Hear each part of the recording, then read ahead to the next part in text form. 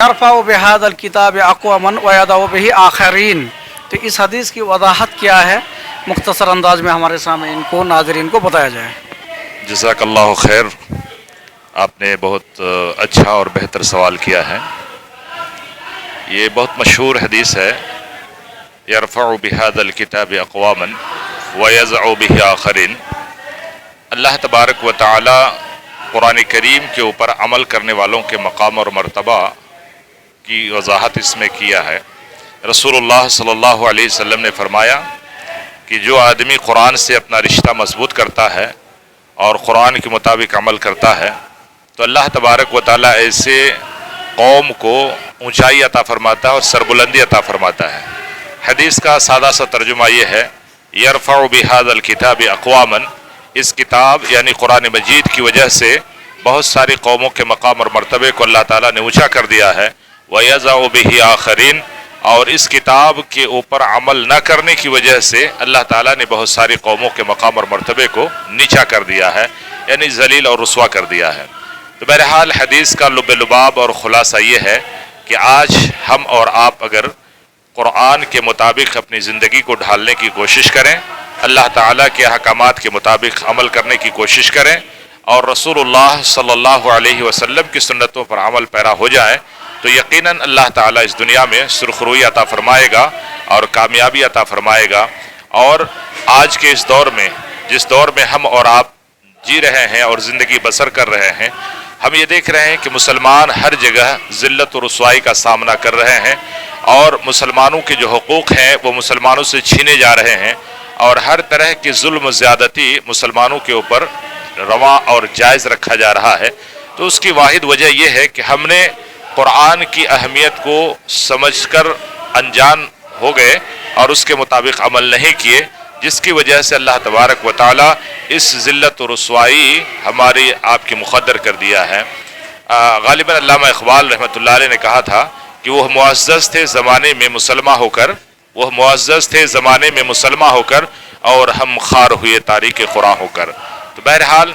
اللہ کے رسول صلی اللہ علیہ وسلم بھی ایک دوسرے حدیث کے اندر وضاحت فرمائے ہیں کہ ترکت فیکم امرین، میں تمہارے درمیان دو چیزوں کو چھوڑ کر جا رہا ہوں، جب تک تم ان دو چیزوں کو لازم پکڑے رہو گے تم گمراہ نہیں ہو سکتے اور تم بھٹک نہیں سکتے۔ لن تضلوا ما تمسکتم بہما کتاب اللہ و سنتی۔ تو بہرحال سنت کا مقام اپنی جگہ پر اور قرآن کا مقام بھی اپنی جگہ پر ہے، تو قرآن کے مطابق عمل کرنا اور زندگی گزارنا تمام مسلمانوں کے اوپر ضروری ہے، اور وہ عمل سنت رسول صلی اللہ علیہ وسلم کے مطابق ہو تو وہ نور علی نور ہے، اور ایسے ہی عمل اللہ تعالیٰ کے دربار میں مقبول ہے۔ اسی لیے قرآن مجید میں اللہ رب العالمین صحابہ کرام کی مثال دے کر بیان فرمایا ہے کہ جو صحابہ کرام کی طرز زندگی کے مطابق اپنی زندگی گزارتے ہیں یقیناً وہ کامیاب ہیں اور سرخرو ہیں۔ تو بہرحال میں اس چینل کے ذریعے سے تمام سننے والے بھائیوں کو، بہنوں کو اور نوجوانوں کو یہ میسج اور یہ پیغام دینا چاہتا ہوں کہ ہم اور آپ قرآن کی طرف توجہ دیں، قرآن کا علم حاصل کریں، قرآن کو سیکھیں، قرآن کو صحیح ڈھنگ سے پڑھنے کی کوشش کریں اور اپنے نونہالوں کو بھی صحیح تلفظ کے ساتھ قرآن کی تعلیم دلانے کی کوشش کریں۔ اللہ رب العالمین سے دعا ہے کہ اللہ تعالی ہم کو، آپ کو، دنیا کے تمام مسلمانوں کو کہنے سننے سے زیادہ قرآن مجید کی تلاوت کرنے، قرآن کو سمجھنے، قرآن کو پڑھنے اور اس کے مطابق عمل کرنے کی توفیق عنایت فرمائے۔ آمین وآخر دعوانا ان الحمد للہ رب العالمین۔ السلام علیکم ورحمۃ اللہ وبرکاتہ۔ میں عبداللہ عینی اثری، سابق امام و خطیب مسجد عبداللہ الکثیری، محبوب نگر، حیدرآباد، تلنگانہ۔ الحمدللہ 8 سال سے میں اپنے ضلع کشن گنج پرکھنڈ ٹیڑھا گاج کے جھالا پنچایت کے بلوا جاگیر گاؤں میں الحمدللہ ایک چھوٹا سا ادارہ مدرسہ عثمان بن عفان لتحفیظ القرآن قائم کر کے چلا رہا ہوں۔ الحمدللہ بڑی خوشی کی بات ہے کہ جہاں پر صرف اور صرف اہل حدیث یا ہم شیرشاہ آبادیوں کی بس 12 یا 13 گھر ہیں اور تقریباً سب کے سب مزدور پیشہ ہیں، لیکن اللہ کا فضل ہے کہ الحمدللہ ادارہ بڑا کامیابی کے ساتھ چل رہا ہے، اور اب تک 6-7 سال میں 2 سال تو لاک ڈاؤن میں جو ہے ڈاؤن رہا ادارہ، اور اس ادارے سے الحمدللہ اب تک 60 سے زائد بچے حافظ ہو چکے ہیں، اور بڑے بڑے اداروں میں الحمدللہ جیسے جامعہ اسلامیہ سلف بنارس اور جامعہ